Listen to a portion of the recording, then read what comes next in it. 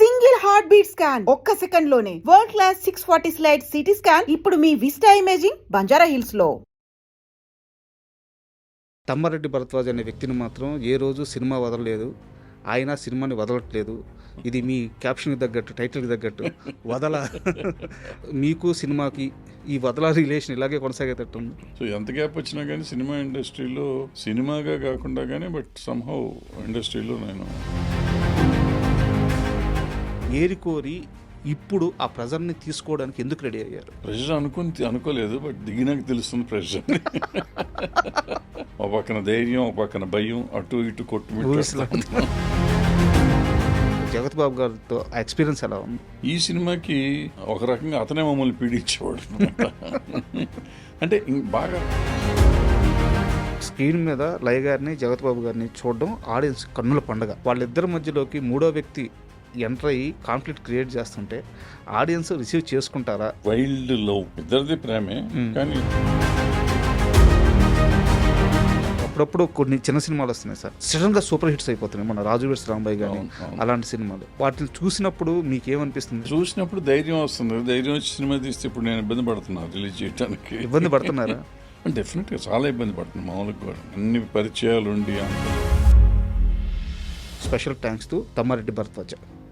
ఇలాంటి స్పెషల్ థ్యాంక్స్లు కొన్ని పదుల మంది హీరోలు, పదుల మంది నిర్మాతలు వాళ్ళ సినిమాలకు వేసుకున్న వ్యక్తి మీరు. సో వీళ్ళెవరు మీరు అప్రోచ్ అయితే చేయరు. మనం చేస్తారనుకుంటాం. ఆ కష్టమైతే పడ్డారు కదా, సో ఆ ప్రతిఫలాలు కూడా అనుభవించాలి కదా. ఊరికంటే ఒకళ్ళిద్దరు నేను హింట్ చేసి చూశాను దాని గురించి.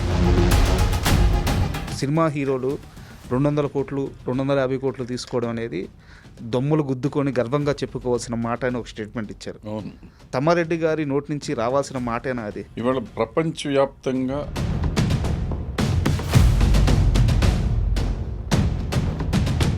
జూనియర్ ఎన్టీఆర్ గారు మళ్ళీ రాజకీయాల్లోకి ఎంట్రీ కానీ ఇస్తే ఆయనకి స్కోప్ ఉంటుందని ఆయన ఫ్యాన్స్ తెగ వైరల్ చేస్తున్నారు సోషల్ మీడియాలో. నిజానికి తెలుగు స్టేట్స్లో రియాలిటీ చెక్ ఎలా ఉంది? ఈ జనం చెప్పారని చెప్పి వేగపడితే మాత్రం తెలంగాణ ఎగ్జిబిటర్స్ తీసుకుంటున్న ఈ కాల్ మీద మీ స్టాండ్ ఏంటి? అన్ని సినిమాలు పర్సంటేజ్ మీద ఆడతాం. ఎగ్జిబిటర్లు కూడా అదే చెప్తున్నారు. ఒకవేళ గవర్నమెంట్ జీవో ఇచ్చి టికెట్ హైక్స్ ఇచ్చినా సరే మేము పెంచమని చెప్పి ఇప్పుడు చెప్తున్నారు. మనాళ్ళు మాట్లాడి సీరియస్గా తీసుకోవాలి. ఒక సొల్యూషన్ అయితే ఏదో ఒక పాయింట్ ఆఫ్ టైంలో కావాలి కదా. దాసనారాయణరావు గారు ఒక పర్సంటేజ్ సిస్టమ్ అప్పుడు 30 ఏళ్ల కిందే తయారు చేసి ఒక సిస్టమ్ పెట్టారు. ఎందుకంటే ఇప్పుడు థియేటర్లు మూసిచ్చే పరిస్థితి వచ్చింది.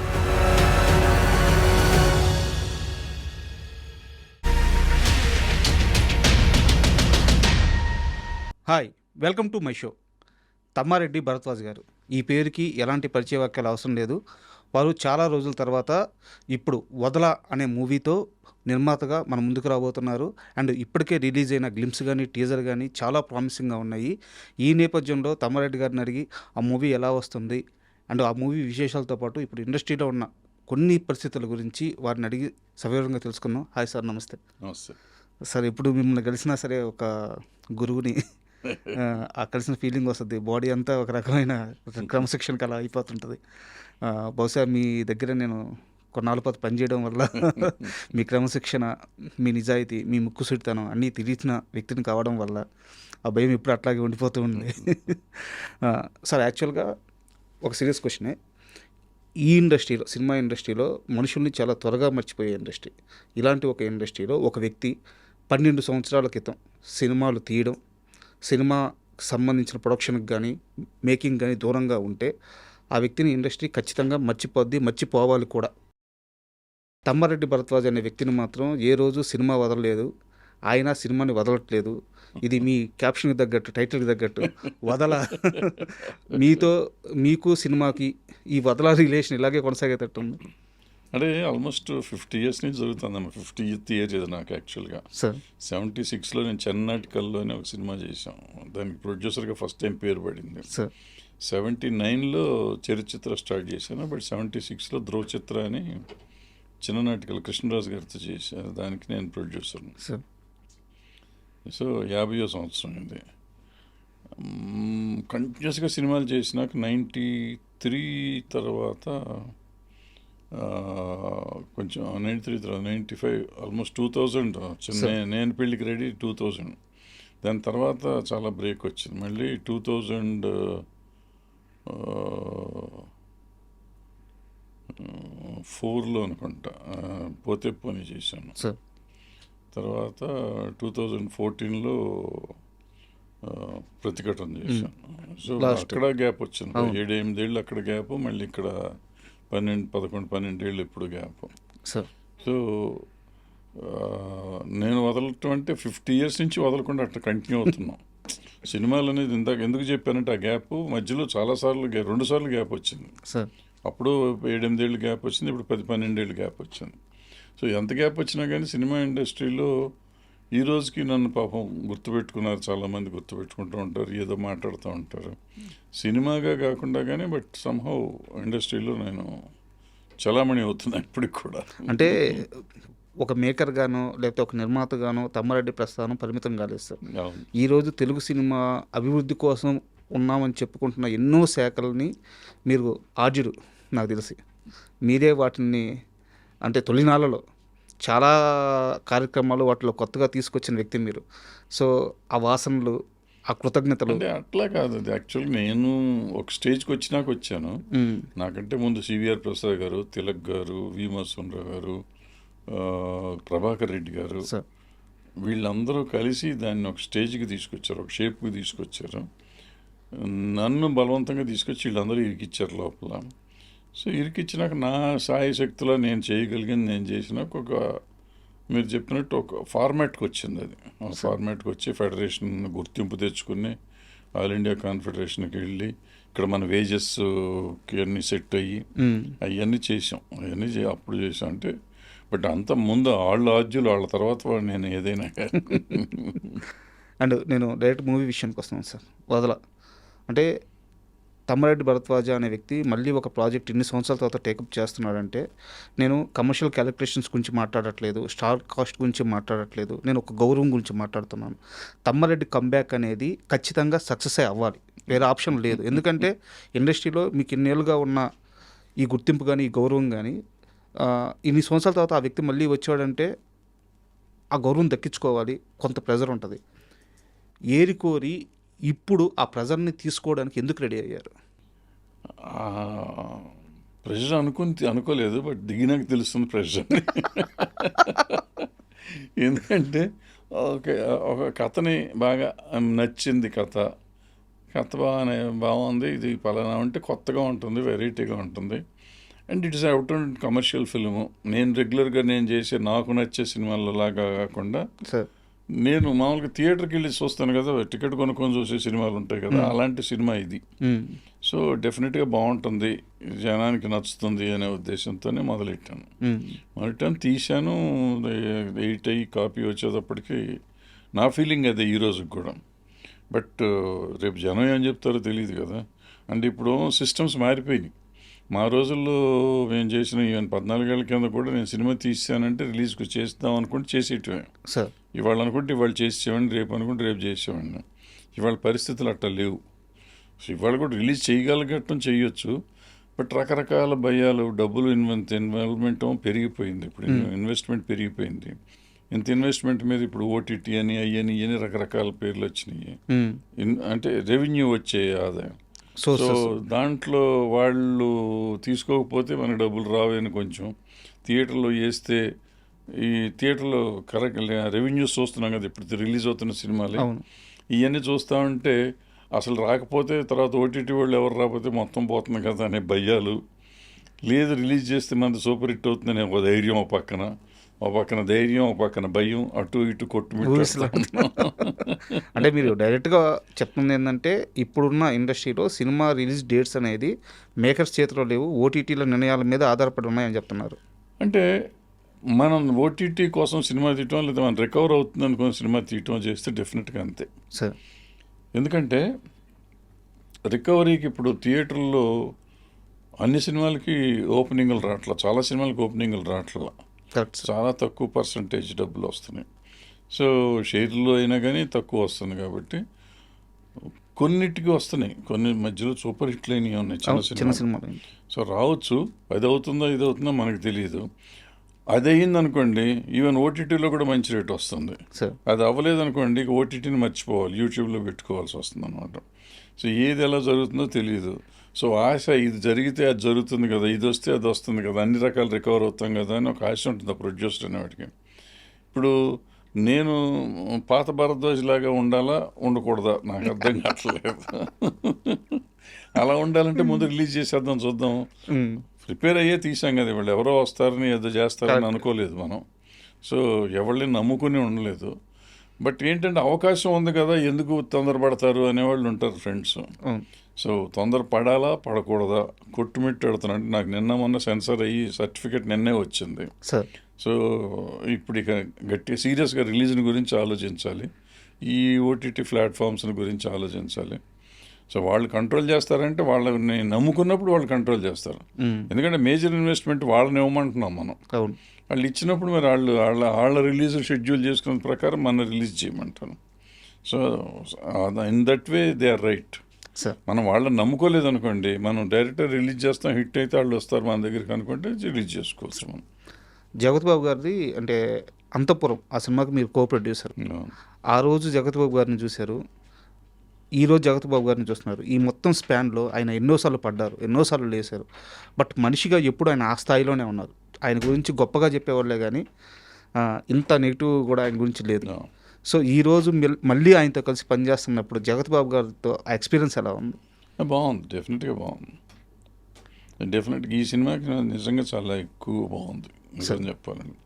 ఆ రోజు అతను ఒట్టి యాక్టర్గానే ఉండేవాడు, యాక్ట్ చేస్తానికి ఆ కృష్ణవంశీవాడు ఉండేవాడు కాబట్టి ఆ రాక్షసుడు ఇతన్ని పీడించి గీడించి ఇతను అతన్ని పీడించి మొత్తానికి బాగా చేసుకున్నారు. ఆ సినిమాలో అద్భుతమైన పెర్ఫార్మెన్స్ చేశాడు. ఈ సినిమాకి ఒక రకంగా అతనే మమ్మల్ని పీడించేవాడు అనమాట. అంటే బాగా రావాలి తప్పన, ఇంకేదో కావాలి అని చెప్పి నిజంగా చాలా బాగా చేశాడు. ఎందుకంటే కథ అతనే ఇచ్చాడు మనకు రఫ్గా. సో దాని మీద ఈ కథను ఇలా చేయాలి అనే దాని మీద అతను చాలా ఎక్కువ కష్టపడ్డాడు. అండ్ ఒక రకంగా చెప్పాలంటే ఈ సినిమా షూటింగ్ రోజు నుంచి నిన్నటి వరకు ప్రమోషన్కి వచ్చాడు, నిన్న కూడా వచ్చాడు. ఇప్పటివరకు అతను ఈ స్లీపింగ్ దట్ వదల, ఈటింగ్ దట్ వదల ఆ టైప్లో ఉన్నాడు ఆయన. బట్ అంటే మీరు అన్నారు కాబట్టి అడుగుతున్నాను, ఒక హీరో ఒక కథని అంత ఇష్టపడి అంటే మిగతా టీంను మొత్తం కూడా పుష్ చేస్తా ఇంత ఇష్టంగా సినిమా తీస్తున్నప్పుడు ఆయన ఇచ్చిన కథలో ఎవరైనా చిన్న చేంజ్ చేస్తే ఒప్పుకోవడం కష్టం. బట్ తమ్మారెడ్డి గారు ఒక మేజర్ సీక్వెన్స్ని హైలైట్ అయ్యేలాగా మార్చి చెప్పంగానే ఎలా ఒప్పుకున్నారు? అట్లా అని కాదు, మార్చి చెప్పడం అనేం కాదు, కథ చెప్పినప్పుడు సంగతి కదా. మనం సినిమా తీసినాక మనమేం మాట్లాడలేదు. చెప్పినప్పుడు ఒక ఫార్మాట్ ఆయన చెప్పాడు, ఫార్మాట్ బాగుంది, ఇట్లా కాదు ఇట్లా ఉంటే బాగుంటుందేమో అన్నా నేను. సో దెన్ వాళ్ళ తర్వాత వాళ్ళంతా కలిసి వర్క్ చేశారు. సో వాళ్ళకి నచ్చింది కాబట్టి చేశారు వీళ్ళు. అండ్ హీరోయిన్ లయ గారితో మీరే 3 సినిమాలు చేశారు, డైరెక్టర్గా అయితేనే ప్రొడ్యూసర్గా అయితే. అండ్ జగత్ బాబు గారికి ఇది లయ గారితో 5వ సినిమా. సో సెట్లో వాళ్ళిద్దరి బాండింగ్ ఎలా ఉండేది? బాగుంటుంది, బాబు బాగా కలిసిపోతాడు, ఆ అమ్మాయి అందరితో బాగానే ఉంటుంది సార్.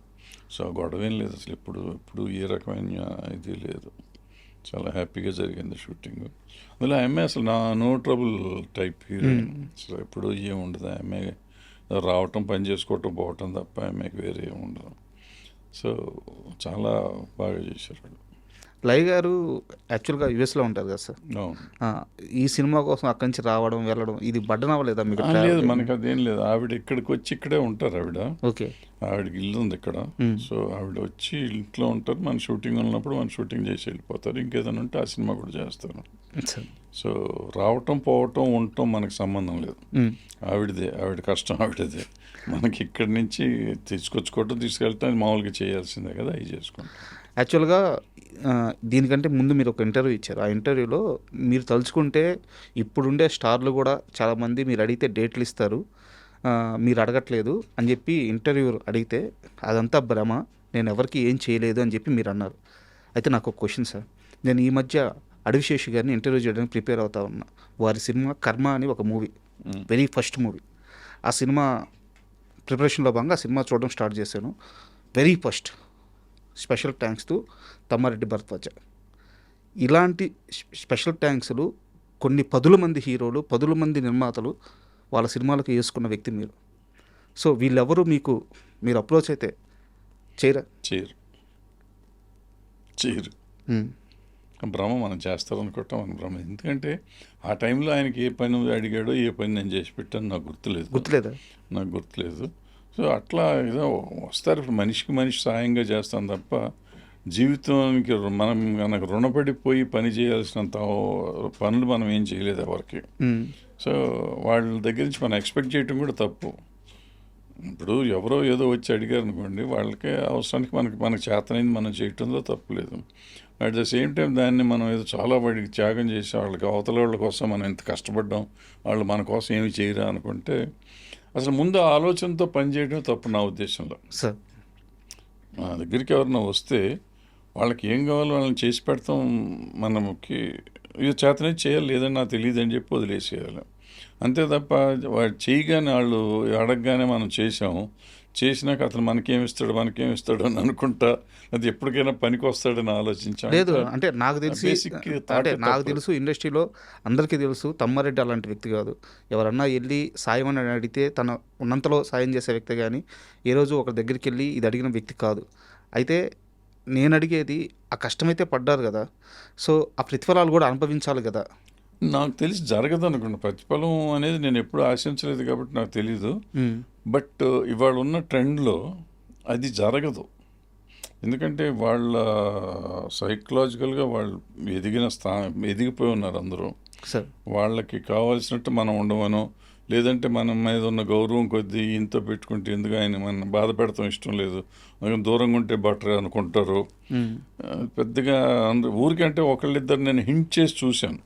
ఓకే, ఇంకా డైరెక్ట్గా నువ్వు చేస్తావు అని ఎవరిని అడగలేదు, కానీ మనం చేస్తే ఎట్లా ఉంటుంది అంటే వాళ్ళు దాని గురించి మాట దాటేశారు. సో దాని అర్థం మనకు వద్దనే కదా. సో దానికి ఇంకా మిగిలిన వాళ్ళని అడగటం కూడా అనవసరం అని చెప్పి నేను ఎవరిని అడగలేదు. అంటే గట్టిగా మీరు చేస్తే కానీ అవ్వదు అనే మనం వెళ్ళి నువ్వు చేస్తే నేను బతుకుతాను ఇవన్నీ చెప్పలేం కదా. సో డేట్లు ఉంటే ఇస్తాడు. ఇప్పుడు మనం ఎట్లా ఉంటుందంటే నీ రెమ్యునరేషన్ ఎంత అంత ఇస్తానమ్మా నువ్వు సినిమా చేయమంటాం. దానికి కూడా చేసే పరిస్థితులు చాలామంది లేరు. సో అది మన భ్రమ. వాళ్ళు అందరూ చేస్తారు మనం వెళ్తే అనేది మన భ్రమ. అండ్ నేను కంటెంట్ వైజ్కి వస్తే సార్, అంటే చాలా క్లియర్గా అర్థమైపోతుంది టీజర్లోనే. ఒక వెరీ గుడ్ బ్యూటిఫుల్ ఫ్యామిలీ, వాళ్ళ మధ్యలోకి మూడో వ్యక్తి వస్తారు. అయితే ఇక్కడ నా డౌట్ ఏంటంటే, స్క్రీన్ మీద లయ గారిని జగత్ బాబు గారిని చూడడం ఆడియన్స్ కన్నుల పండగ. ఇది ఇప్పటి నుంచి కాదు, దశాబ్దం ముందు నుంచి కూడా అద్భుతమైన జంట. వాళ్ళిద్దరి మధ్యలోకి మూడో వ్యక్తి ఎంటర్ అయ్యి కాన్ఫ్లిక్ట్ క్రియేట్ చేస్తుంటే ఆడియన్స్ రిసీవ్ చేసుకుంటారా? ఈ భయం కలగట్లేదా మీకు? భయం ఏముంది, అదే ఇప్పుడు ఆయన సినిమాలన్నీ ఇద్దరు హీరోయిన్లు ఒక హీరో కథ కదా. ముందు కూడా రెండో హీరోయిన్ వచ్చినాక ఆమెనే తీసుకుంటాడా పోతాడా అనేదే కదా ఆలోచించేవారు అప్పుడు సినిమాలు కూడా. ఇప్పుడు అంతే అనుకోవచ్చు కదా. అయితే థ్రిల్లర్ అదేంటంటే ఇద్దరు భార్యలకు అయితే ఒక ప్రియురాలు ఒక ఇల్లాలు కథల టైప్లో ఉంటుంది. ఆ సాఫ్ట్ టచ్ లేదు ఈ టీజర్లో. అది లేదు. ఇది కొంచెం అంటే వైల్డ్ లవ్, ప్రేమే, ఇద్దరిది ప్రేమే, కానీ ఇద్దరిది బాగా మంచి ప్రేమ చెడ్డ ప్రేమ, లేదా చెడ్డ ప్రేమ కాదు, రెండు మంచి ప్రేమలే. మంచి ప్రేమకు మధ్య యుద్ధం అనుకోండి. ఆ అమ్మాయి ఎవరు సార్? చిన్న అమ్మాయి అంటే తన ఐస్ ఎక్స్ప్రెషన్స్ క్లోజ్ షాట్లు చూసినప్పుడు అసలు ఎంత ఇంటెన్సివ్గా ఉందంటే ఆ లుక్స్. ఎవరు తను ఎలా కాస్ట్ చేశారు? ఆ అమ్మాయి కన్నడ మన యాక్చువల్గా మన ఆమని గారి మేనగోడలు, వాళ్ళ అన్నయ్య కూతురు. ఆ అమ్మాయి సినిమాలు చేస్తుంది, ఈ మధ్య కన్నడం సినిమాలు చేస్తుంది, తెలుగు కూడా చేస్తుంది అంటున్నా తెలీదు. సో ఆ అమ్మాయిని చూసి ఐస్ బాగున్నాయి అని చెప్పి చేశాను క్యారెక్టర్కి. అమ్మాయి స్మైల్ కూడా బాగుంటుంది సార్, టీనేజ్ పిల్లకాయ బాగుంది కదా అని చేసాం. అండ్ ఈ సినిమాకి మీతో పాటు ప్రొడ్యూసర్గా ఉన్న ఆయన ఫ్లాష్ బ్యాక్ తీస్తే చాలా విచిత్రంగా ఉంది. నాతో పాటు ప్రొడ్యూసర్ ఆయనే ప్రొడ్యూసర్, నేను యాక్టింగ్ ప్రొడ్యూసర్. ఆయన ఫ్లాష్ బ్యాక్ కానీ ఆ లైఫ్ షో మొత్తం తెలుసుకుంటే చాలా విచిత్రంగా ఉంది.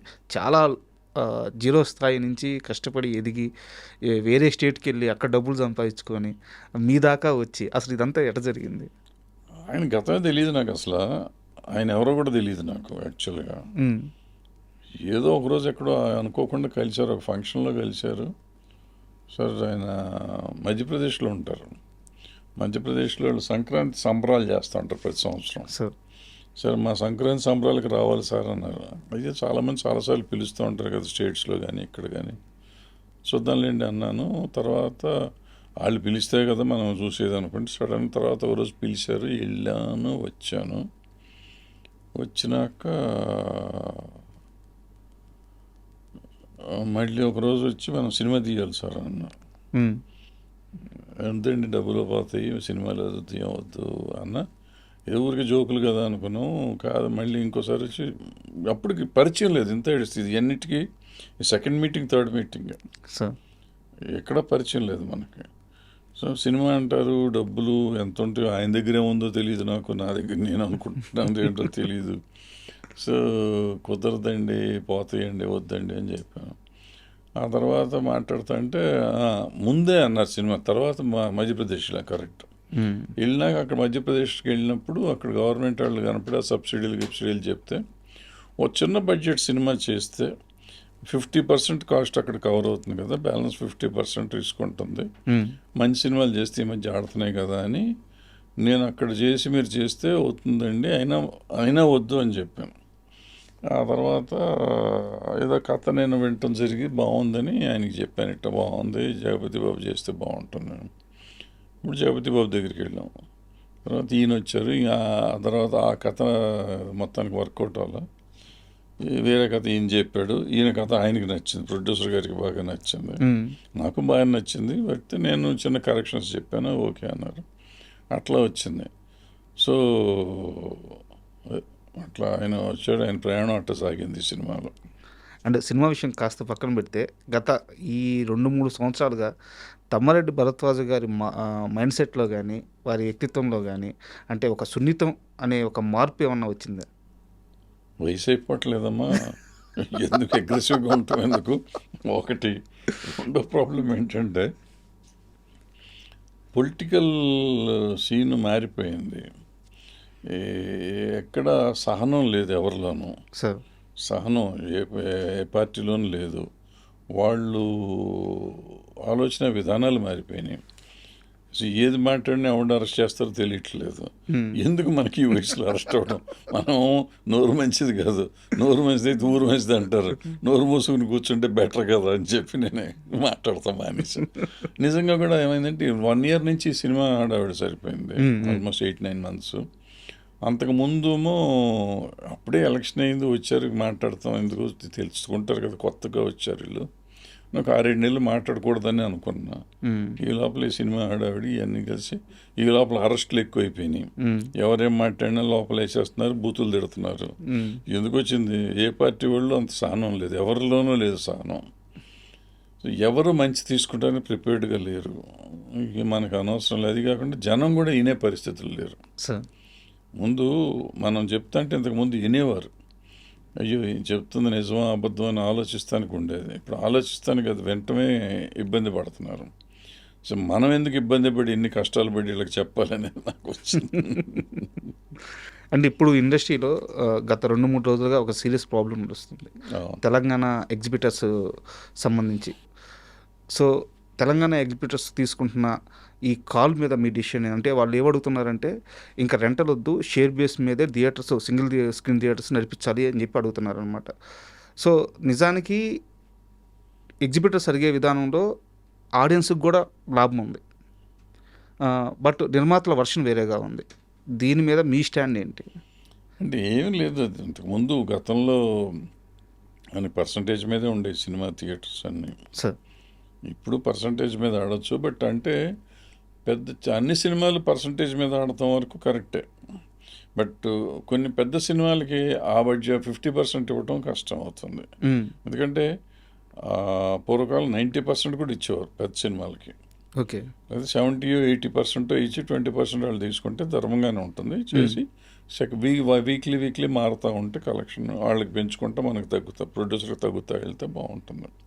అందుకని ముందు మాత్రం ఏదో రెంట్ ఆడి 1 వారం రెంట్ ఆడి 2వ వారం పర్సంటేజ్ వాళ్ళు అడుగుతుంది ఏంటంటే చేస్తే మొత్తం రెంటల్ చేయండి, లేకపోతే పర్సంటేజ్ చేయండి అంటాను. మొత్తం రెంటల్ చేయరు అమ్మనాళ్ళు. సో రీజనబుల్గా ఉండాలి. లీవ్ లెట్ లీవ్ కదా, వాళ్ళు బతకాలి, మనం బతకాలి. సో సినిమాలు ఆడతలేదు. 20-30 వారాలు మించి 50 వారాల్లో 20 వారాలు ఆడితే 30 వారాలు సినిమాలు ఆడతల్లా. అవును. వాళ్ళకి ఫీడింగ్ ప్రాబ్లం అవుతుంది. సో అన్ని రకాలుగా బాగుండాలి అంటే ఎలా చేయాలి అనేది ఆలోచించాల్సిన విషయం. అయితే ఇక్కడ అట్లా చేస్తే ఏమవుతుందంటే ఏదో ఎవరినో బతికిస్తానని నా సొమ్ము ఎందుకు పోగొట్టుకోవాలంటారు. ఇప్పుడు పెద్ద ప్రొడ్యూసరు ఇప్పుడు ఆయన ఏంటి సాక్రిఫైస్ చేయాలి కదా. ఇప్పుడు పర్సంటేజ్ పర్సంటేజ్ మీదకి వెళ్తే ఆడితే దీని రెవెన్యూ మీద చాలా తక్కువ వస్తుంది ఆయనకి. సార్ నా డబ్బులు ఎందుకు పోగొట్టుకోవాలి నేను అంటాడు. సార్ ఇక్కడ ఒక చిన్న ఎగ్జాంపుల్ చెప్తాను సార్. ఇప్పుడు 1 AM షోలని 4 AM షోలని పర్మిషన్లు తీసుకుంటున్నారు. ఒక్క టికెట్ 1000 రూపాయలు పెడుతున్నారు. ఆ ఒక్క షోకి ఇంచుమించుగా కలెక్షన్లు ఎంత వస్తాయి సార్? 7-8 లక్షలు, 10 లక్షలు దాకా వస్తున్నాయి. అదే థియేటర్కి ఆ షోకి ఇచ్చే రెంట్ ఎంత? 10,000 రెంట్. ఆడ అర్ధరాత్రి మేలుకొని థియేటర్ రన్ చేసి పోలీసులకి, సెక్యూరిటీకి, అందరికీ ఖర్చులు పెట్టుకొని థియేటర్ని రన్ చేయాలి. ఇది సమస్య కదా. సమస్య అంటే ఇప్పుడు వాళ్ళకే అవసరం, వీళ్ళకే అవసరం. ఇప్పుడు ఏమవుతుందంటే ఆ థియేటర్కి ఆ పెద్ద సినిమా కావాలి. సార్ ఆ పెద్ద సినిమా వస్తే 4 వారాలు 5 వారాలు నడుస్తుందని వాళ్ళకి ఆశ ఉంటుంది. అందుకని ఇప్పుడు ఈ కష్టం పడాలి. ఇప్పుడు నేను సినిమా తీశాను, లేకపోతే నాలాగా ఒక 100 మంది సినిమాలు ఉన్నాయి, మేము థియేటర్కి ఇస్తాం, చేస్తారా? సార్ చేస్తున్నారా? చేయరు కదా. మన సినిమా మార్నింగ్ షో వేస్తాం ఏమంటే వారానికి రోజుకి ఒక షో వేస్తామండి, 2 షోలు వేస్తామండి అంటారు. ఆ సినిమాకి ఏంటంటే గ్లామర్ ఉంటుంది. ఆ గ్లామర్ ఉన్నప్పుడు అర్ధరాత్రి కాదు, తెల్లారగట్ట కాదు, వేస్తేనే నెక్స్ట్ షోస్ ఉంటాయి. నెక్స్ట్ 3-4 వారాలు థియేటర్ రన్ అవుతుంది. వాళ్ళు 3 రోజులు రన్ అయ్యే రోజుల్లో 4-5 వారాలు రన్ అయ్యే సినిమా వస్తుంటే హ్యాపీగా ఉంటారు ఇప్పుడు కదా. మీరు చెప్తుందే చిన్న సినిమాని ఇస్తే వేస్తారని అడుగుతున్నారు కదా. ఎగ్జిబిటర్లు కూడా అదే చెప్తున్నారు. ఆడియన్స్ థియేటర్స్కి రావట్లేదు, ఫుట్ఫాల్స్ తగ్గిపోతున్నాయి. అంటే ఒకవేళ గవర్నమెంట్ జీవో ఇచ్చి టికెట్ హైక్స్ ఇచ్చినా సరే మేము పెంచమని చెప్పి ఇప్పుడు చెప్తున్నారు. ఇవన్నీ మాటలు చెప్తానికి బాగానే ఉంటాయి, జరిగితే సంతోషం. నేను అసలు టికెట్ హైక్ అనేది తప్పు అని చెప్పి నేను ఫస్ట్ నుంచి మీరు చెప్తున్నారు. చెప్తున్నా. సో అది తప్పు. ఏమవుతుందని చూద్దాంలేండి. ఇప్పుడు అన్నీ ఒక్కో సినిమాకి ఒక్కోసారి మాట్లాడుతూ ఉంటారు. మన వాళ్ళు మాట్లాడి సీరియస్గా తీసుకోకపోలేదు. అయితే చూద్దాం అది. అయితే ఈ సమస్య కొత్తగా ఈ రోజు ఈ వారంకో ఈ నెలకో పుట్టుకురాలేదు సార్. గత 3 సంవత్సరాల నుంచి ఇది నలుగుతూనే వస్తుంది. అయితే ఎప్పుడు దీన్ని తెర మీద తీసుకొచ్చినా పలానా హీరో సినిమాని తొక్కేయడానికి ఇలా చేస్తున్నారు, పలానా హీరోని టార్గెట్ చేశారు, ఇది ఎప్పుడు రిపీట్గా వినిపిస్తూనే ఉంది. ఒక సొల్యూషన్ అయితే ఏదో ఒక పాయింట్ ఆఫ్ టైంలో కావాలి కదా. ఇది 30 సంవత్సరాల నుంచి ఉందబ్బా. దాసనారాయణరావు గారు ఛాంబర్లో మీటింగ్ పెట్టి ప్రొడ్యూసర్ అందరినీ పెట్టి ఒక పర్సంటేజ్ సిస్టమ్ అప్పుడు 30 ఏళ్ల కిందే తయారు చేసి ఒక సిస్టమ్ పెట్టారు. ఇప్పుడు ఆ రోజు నుంచి ఈ రోజు వరకు అది ఫాలో అవ్వట్లేదు. ఈ పర్సంటేజ్ ఆడాలని అప్పుడు చెప్పారు గురువుగారు. సో ఇది జరుగుతూనే ఉంది, ఎప్పటికప్పుడు చర్చలు జరుగుతూనే ఉన్నాయి, కుదరట్లేదు.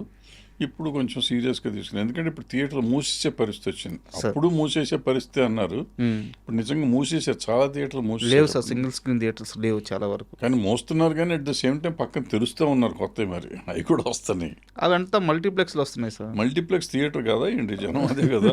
ఇప్పుడు సింగిల్ థియేటర్ నీకు 150 రూపాయలు టికెట్, మల్టీప్లెక్స్ 300 రూపాయలు టికెట్. మరి 300కి వెళ్తున్నారుగా జనం. తగ్గారంటే 300 పెట్టి పెడతాను కానీ పిచ్చోడా, దీనికంటే ఎక్కువ ఖర్చు పెట్టి థియేటర్ కడుతున్నారు కదా.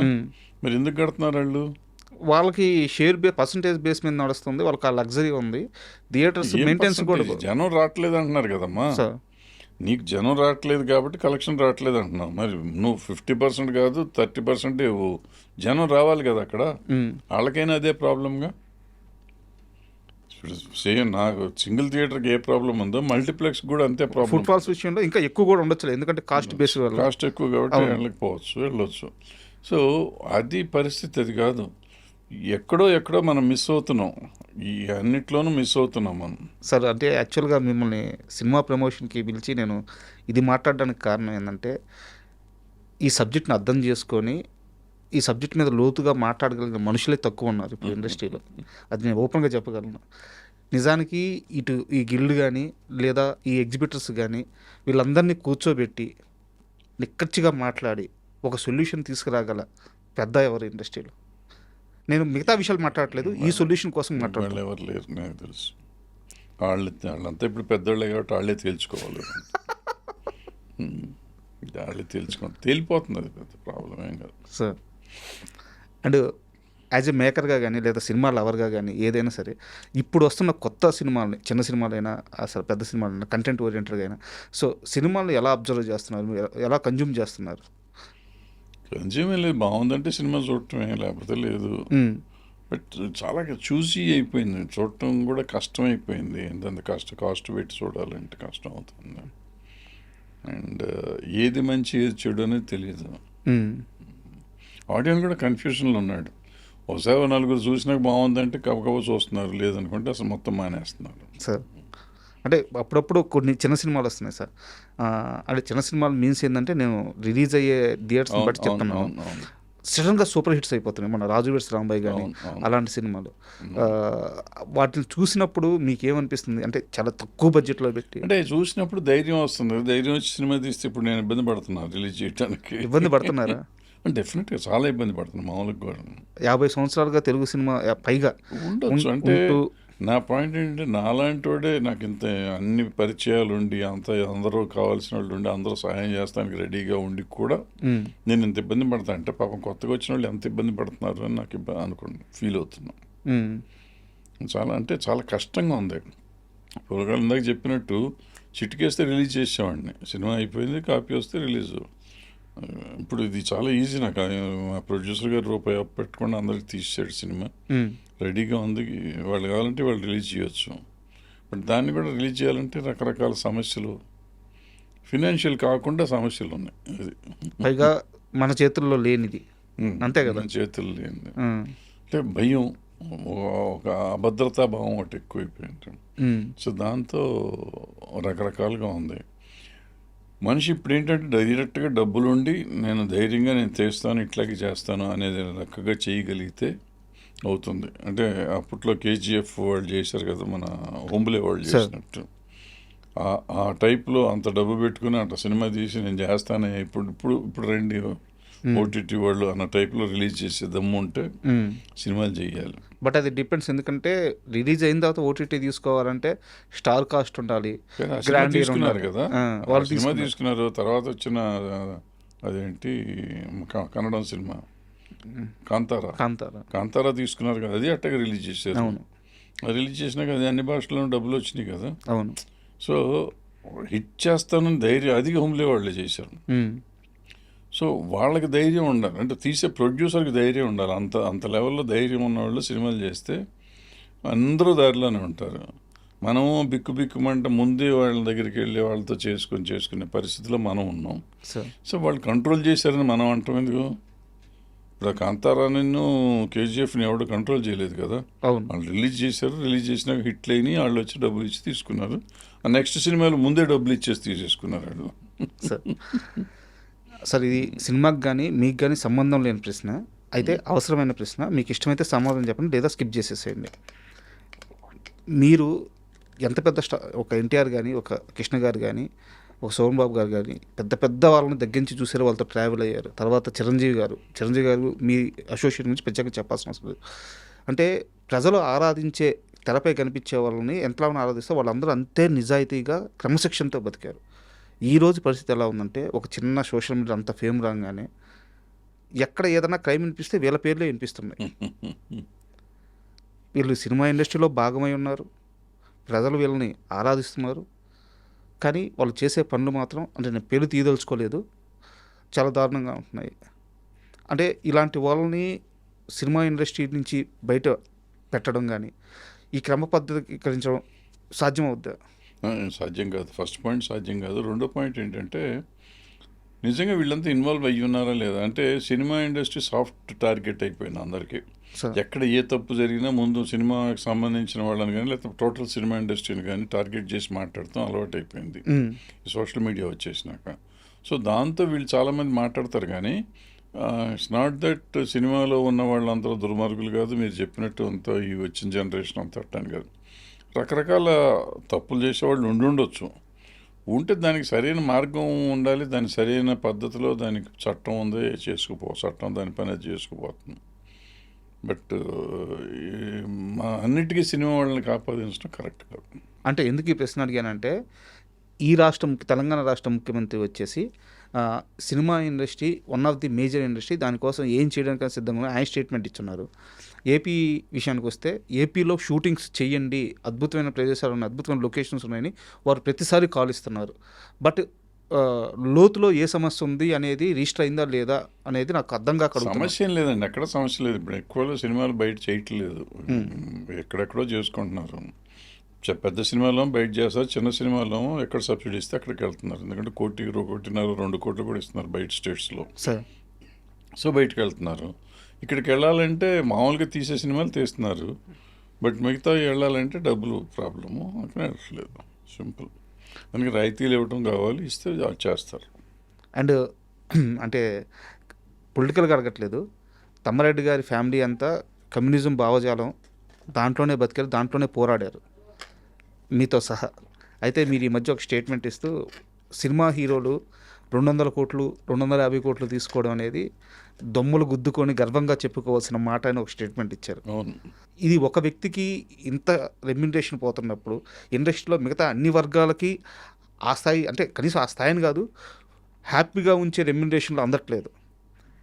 తమ్మారెడ్డి గారి నోటి నుంచి రావాల్సిన మాటేనా అది? 100%. ఎందుకంటే ఒకానొకప్పుడు ₹1 హిందీలో ఇస్తారు అనుకున్నప్పుడు మన దగ్గర 10 లక్షలు కూడా ఉండేది కాదు సార్ రెమ్యునరేషన్, పెద్ద పెద్ద హీరోలకు కూడా.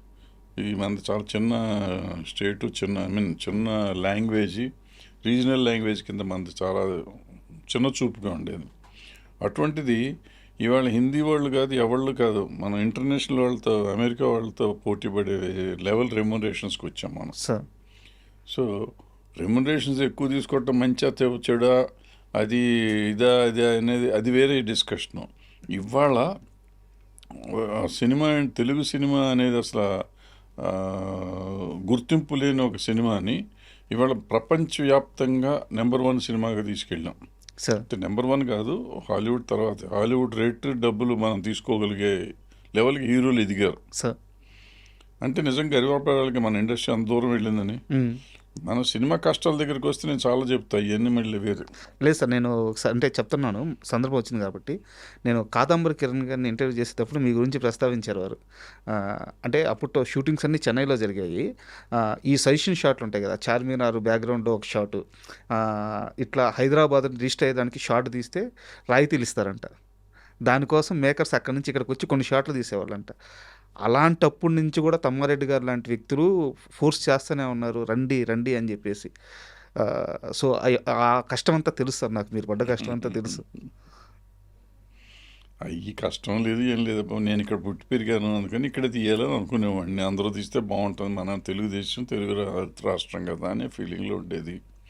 వచ్చిన వాళ్ళు వచ్చారు, తర్వాత షిఫ్ట్ అయిపోయింది ఇండస్ట్రీ. ఇవాళ నెంబర్ 1 అయింది. ఇప్పుడు మన రాష్ట్రంలో ఎవరు పని చేయకూడదు, బయట డాన్సర్స్ ఫైటర్స్ వాళ్ళు వచ్చి పని చేయాలన్నారు.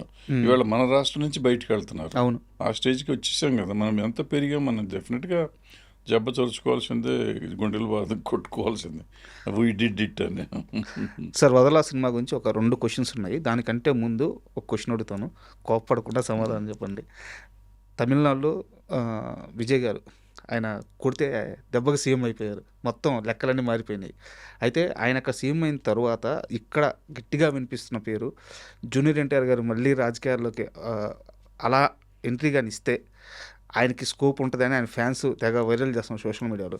నిజానికి తెలుగు స్టేట్స్లో రియాలిటీ చెక్ ఎలా ఉంది పొలిటికల్గా? ఏమవుతుంది తెలీదమ్మా, నాకు అసలు ఐడియా లేదు, నాకు ఆలోచన లేదు. బట్ వీళ్ళని నమ్మటానికి లేదు.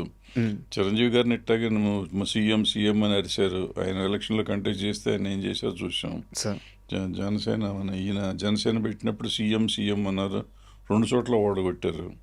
సో ఈ ప్రజల్ని నమ్మి వీళ్ళు సీఎం అంటారు కదా అని చెప్పి మనం వీళ్ళు ఎలక్షన్ చేస్తే ఎవరికైనా అంత ఉండదు. వాళ్ళు హోంవర్క్ చేసుకోవాలి. హోంవర్క్ చేసుకుంటే ఇప్పుడు అతను హోంవర్క్ చేశాడు, వర్కౌట్ అయింది. వీళ్ళు హోంవర్క్ చేస్తే ఇప్పుడు మొన్న ఎలక్షన్లో మళ్ళీ వాళ్ళు హోంవర్క్ చేశారు, జనసేన వాళ్ళు కానీ చంద్రబాబు కానీ వీళ్ళంతా హోంవర్క్ చేశారు, గెలిచారు. సో ఇప్పుడు మళ్ళీ హోంవర్క్ చేస్తే ఏమో గెలుస్తాడో తెలియదు. సో అది ఎవరో మనం ప్రెడిక్ట్ చేసే అంత సీన్లో లేదు. ఈ జనం చెప్పారని చెప్పి వేగపడితే మాత్రం దెబ్బతింటాం. వాళ్ళని నమ్మి వెళ్ళటం కాదు, మనం ఏం చేస్తాం, మనం చెయ్యాలి, మన సైడ్ నుంచి ఏం చేస్తున్నాం అనేది తెలుసుకుంటే దెర్ ఈస్. అండ్ వదలా సినిమా విషయానికి వస్తే జగత్ బాబు గారు కమర్షియల్గా మీకు ఇచ్చిన ఫీజిబిలిటీ ఏంటి? ఎందుకంటే ఇప్పుడు ఆయన సెకండ్ ఇన్నింగ్స్లో హైయెస్ట్ రెమ్యునరేషన్ తీసుకునే ఆర్టిస్ట్. ఎంతో కొంత ఫీజిబిలిటీ లేకపోతే ఇంత బడ్జెట్లో సినిమా అవడం కష్టం. అంటే ఫీజిబుల్ కదా, ఆయన అడిగినంతే ఇచ్చాం మనం, బట్ తగ్గించే అడిగారు ఆయన, తగ్గించినంత ఇచ్చాం, సరిపోయింది.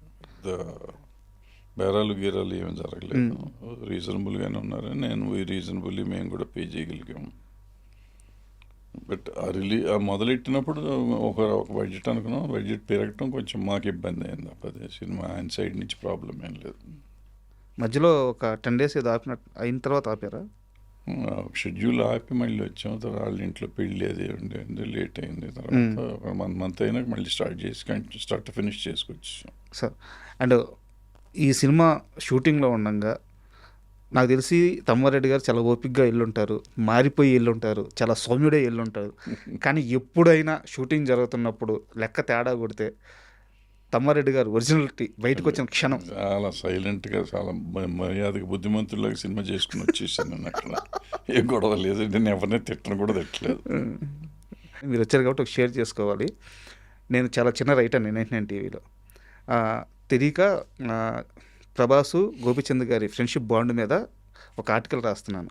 వీళ్ళిద్దరు అంత మంచి ఫ్రెండ్స్, చాలా బాగుంటారు అది అని చెప్పి ఆ ఫ్లోలో మెచ్యూరిటీ లేక ఈ సినిమా కూడా ప్రభాస్ గారు గోపిచంద్కి దగ్గర ఉండి ఇప్పించారు అని చెప్పి ఏదో ఒక సినిమా గురించి రాశా యువి ప్రొడక్షన్స్లో.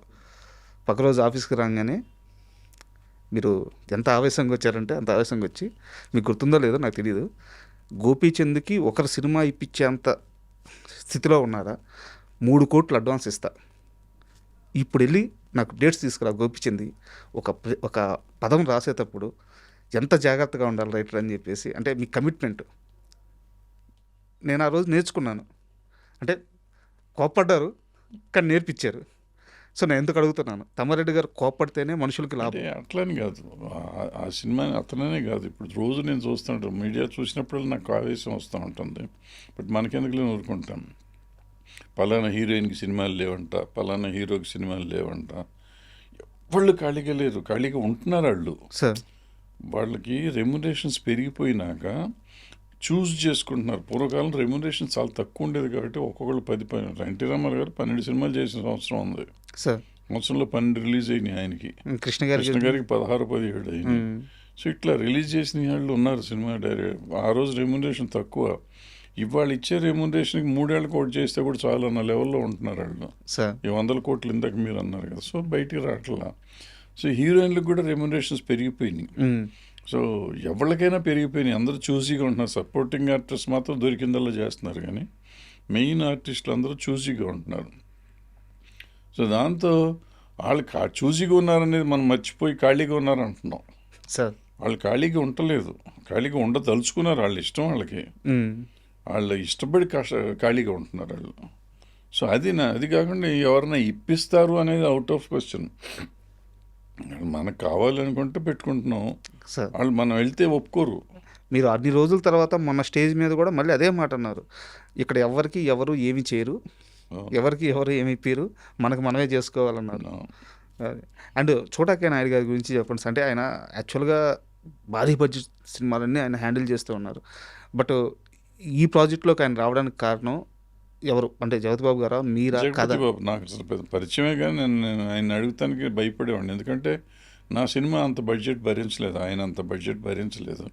అడగటానికి కూడా నాకు భయం, ఎందుకంటే ఆ సినిమాని అడిగి అతను ఇప్పుడు ఎవరినైనా కానీ ఇన్సల్ట్ చేయకూడదు. అతను ఏదో ఒక రెమ్యునరేషన్ అంటే నేను అంత ఇవ్వలేనని చెప్పి తగ్గించమని అడగలేను, నేను ఇవ్వలేనని చెప్పలేను. నా స్టైల్ ఎట్లా ఉంటుందంటే, మిమ్మల్ని పిలిచాను అనుకోండి, నేను ఎంత ఇస్తాను నేను చెప్పటమే, మీరు అడిగే అవకాశం ఉండదు. సో చోటా దగ్గర ఆ ఛాన్స్ ఉండదు కదా. సో ఆయన అడిగినంత నేను ఇవ్వలేను, నేను ఇచ్చినంత అతను తీసుకోలేడు. సో అందుకని నేను అసలు వద్దని నేను అడగను అన్నా. జగపతి బాబు గారు, నేను అడుగుతాను, మీకు అబ్జెక్షన్, మీరు అడగండి సార్, బట్ నా బడ్జెట్లో అంత ఉండవు, మరి జాగ్రత్త ఆలోచించుకోండి, మాట పడకూడదు మీరు కానీ నేను కానీ అన్నా. సో ఆయన వెళ్ళి మాట్లాడుకున్నాడు, ఏం మాట్లాడాడు ఏం చెప్పాడు నాకు తెలీదు. ఈయన చోటా గారు నెక్స్ట్ డే నేను వెళ్ళి కలిస్తే, మీరు డబ్బుల గురించి ఆలోచించొద్దు, సినిమా చేస్తాను అన్నాడు. సూపర్. అంటే ఎందుకు అడిగానంటే సార్, ఆ విజువల్స్ చూస్తుంటే టీజర్లో ఎంత రిచ్గా, ఎంత గ్రాండీర్గా ఉన్నాయంటే బ్రహ్మాండంగా తీశారు. బ్రహ్మాండమైన విజువల్స్ సూపర్గా వస్తుంది. తీశారు. ఎక్కడా కూడా ఏదో బడ్జెట్ తక్కువైన సినిమాని అసలు ఎక్కడా అనిపించట్లేదు. దానికి తగ్గట్టు స్క్రీన్ మీద కనిపిస్తుంటే చాలా ఆనందంగా ఉంది. అండ్ నాకు పర్సనల్గా ఆనందం ఏంటంటే మీరు ఇన్వాల్వ్ అయిన సినిమా క్వాలిటీ అంత బాగా వచ్చి చాలా ప్రామిసింగ్గా ఉంది. కంటెంట్ సూపర్ క్వాలిటీ వచ్చి కంటెంట్ కూడా చాలా ప్రామిసింగ్గా ఉంది సార్. వెయిట్ చేస్తున్నాం, మీరు డేట్ అనౌన్స్ చేస్తే. నాకు తెలిసి సినిమా మీద ఆ టీజర్తో బజ్ వచ్చింది. సో ట్రైలర్ వస్తే సాంగ్స్ అనేవి వెయిట్ చేస్తున్నాం sir. All the best. Thank you sir. Thank you sir. And for more videos, Please subscribe to iDream channel. Subscribe to iDream Media. Please subscribe to iDream. Please subscribe to iDream. Please subscribe iDream. And please subscribe to iDream. For more videos, subscribe to iDream. please like, share and subscribe to the channel. Congratulations, iDream. Subscribe to iDream. Subscribe to iDream. So subscribe to iDream Media. iDream की iDream team अंदर की huge congratulations. Please subscribe iDream Media. Please subscribe to iDream. Subscribe iDream. Please subscribe to iDream.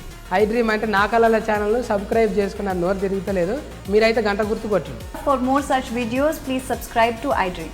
Subscribe to iDream. Please subscribe to iDream. Please subscribe iDream Media. Please do subscribe to iDream. Please subscribe to iDream Media. For best entertainment and information, please subscribe iDream. And don't forget to subscribe to iDream.